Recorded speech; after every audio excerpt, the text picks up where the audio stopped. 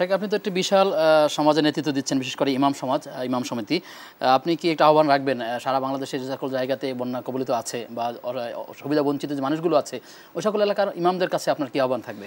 বরাবর ইমাম যারা রয়েছেন, আমি বাংলাদেশ ইমাম সমিতির সভাপতি হিসেবে আমাদের সবসময়ের জন্য পার্মানেন্ট অনুরোধ থাকে, নির্দেশনা থাকে যে যেখানে বন্যা হোক, ভূমিকম্প হোক, জলোচ্ছ্বাস হোক, যে কোনো প্রবলেমে ইমামদের সর্বোচ্চটুকুন খেদমত তারা করবে তাদের অবস্থান থেকে, এবং মানুষকে যাতে করে এই কাজের সাথে সম্পৃক্ত থাকে সেটা করবে। আজও এই টেলিভিশনের মাধ্যমে যে সমস্ত জায়গায় বন্যা হচ্ছে সেই সমস্ত জায়গার ইমামদেরকে আমি জোর আহ্বান জানাচ্ছি যে আপনারা অত্যন্ত কম সময়ের মধ্যে যারা ক্ষতিগ্রস্ত হয়েছে তাদের সার্বিক সহযোগিতা করার জন্য আপনি আপনার মুসল্লি, আপনার কমিটি যারা রয়েছে সকলকে উদ্বুদ্ধ করুন, তাদেরকে দিক নির্দেশনা দিন এবং বাস্তবসম্মত আপনারা পদক্ষেপ গ্রহণ করুন যাতে করে কোনো ভাই কোনো কষ্টের মধ্যে না থাকে, কোনো একটা প্রাণী যাতে করে কষ্ট না হয়। সেই জন্য একজন ইমামের যে ভূমিকা নেওয়া দরকার সেই প্রত্যেক মসজিদের ইমামরা ভূমিকা নেবেন, খতিবরা নেবেন, এবং আমরা এই ব্যাপারে বদ্ধপরিকর।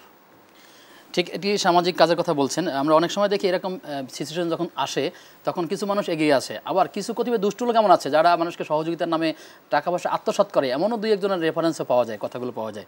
তাদের ব্যাপারে আসলে আল্লাহ তাআলার হুঁশিয়ারিটা কি আছে যে মানুষের সম্পদ আত্মসাৎ করে প্রতারণা করে তারা টাকাগুলো নিয়ে যায়, এরকম দুষ্ট চক্রও অনেক সময় দুই একজন দেখা যায়, সেক্ষেত্রে কি বলবেন? কোরআনুল কারিমের মধ্যে আল্লাহ পাক এ ব্যাপারে নির্দেশনা দিয়েছেন, আর রাসূল সাল্লাল্লাহু আলাইহি ওয়াসাল্লাম বলেছেন আল মুসলিম মান সালিমাল মুসলিমুনা বিল লিসানি ওয়া ইয়াদি, অর্থাৎ সেই প্রকৃত মোমেন, সেই প্রকৃত মুসলিম যে তার হাত এবং মুখ থেকে আরেকজন ভাই নিরাপদ।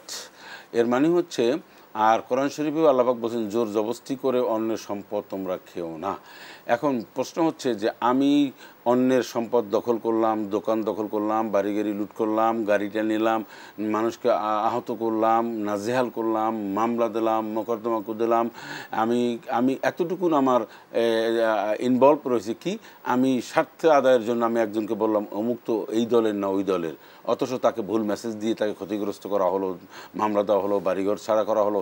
এই সমস্ত ন্যূনতম কাজের সাথে যারা সংশ্লিষ্ট থাকবে, সম্পৃক্ত থাকবে, তাদেরকে কঠিন কিয়ামতের দিন কঠিন শাস্তির মুখোমুখি করা হবে। কারণ আপনি মানুষের অধিকার নষ্ট করেছেন, মানুষকে নাজেহাল করেছেন, সমাজে আপনি দুষ্কৃতী হিসাবে সমাজের পরিবেশ বিনষ্ট করেছেন, আপনি সমাজের একজন কালো মানুষ হিসাবে যেমনিভাবে চিহ্নিত, আল্লাহর কাছে একজন কালো তালিকাভুক্ত একজন আল্লাহর বান্দা হিসাবে কিয়ামতের দিন দাঁড়াতে হবে।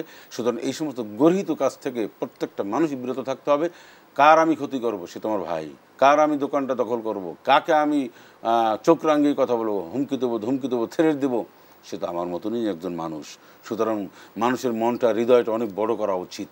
রাসূলুল্লাহ সাল্লাল্লাহু আলাইহি ওয়াসাল্লাম অসংখ্য মানুষকে মাফ করে দিয়েছেন, চাচার হত্যাকারীকে মাফ করছেন, তারপরে আরও সাহাবী তার সঙ্গীদের হত্যাকারীদেরকে ক্ষমা করে দিয়েছেন, তিনি দেশ ছাড়া হয়েছেন তাও ক্ষমা করে দিয়েছেন। ক্ষমার পৃথিবীতে উজ্জ্বল দৃষ্টান্ত যিনি সৃষ্টি করেছেন, আমরা তো তার উম্মত, তার অনুসরণের মাধ্যমেই আমাদেরকে ক্ষমা করে দিতে হবে। প্রতিহিংসা রাজনীতি করা যাবে না, প্রতিহিংসা কোনোভাবে কোনো কাজ করা যাবে না, মানুষের উপর কোনো জোর জুলুম করা যাবে না, মানুষের উপর কোনো দুর্ব্যবহার করা যাবে না।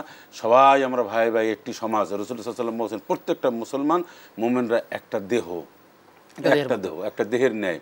তুমি একটা আঙ্গুল কেটে ফেলে দিলে তোমার যেমন কষ্ট, তোমার একটা পায়ের একটা আঙ্গুল, পা, একটা হাত চলে গেলে যেমনিভাবে কষ্ট, এমনিভাবে তোমার প্রত্যেকটা মুসলমান পরিবার তোমরা একটা দেহের ন্যায়। তোমার এক ভাই আক্রান্ত হলে ওই তোমার আঙ্গুল পায়ের মতন, তোমার চোখ চলে গেলে যে কষ্ট, ঠিক সেভাবেই কষ্ট অনুভব করবে। এই হাদিসকে সামনে রেখে আমাদের উচিত হবে যারা বন্যা কবলিত এলাকায় আছেন তাদের জন্য আমাদের অর্থ সহায়তা দেওয়া, খাদ্য সহায়তা দেওয়া, নানাভাবে আমাদেরকে সব ধরনের সহায়তা দেওয়ার চেষ্টা করা উচিত।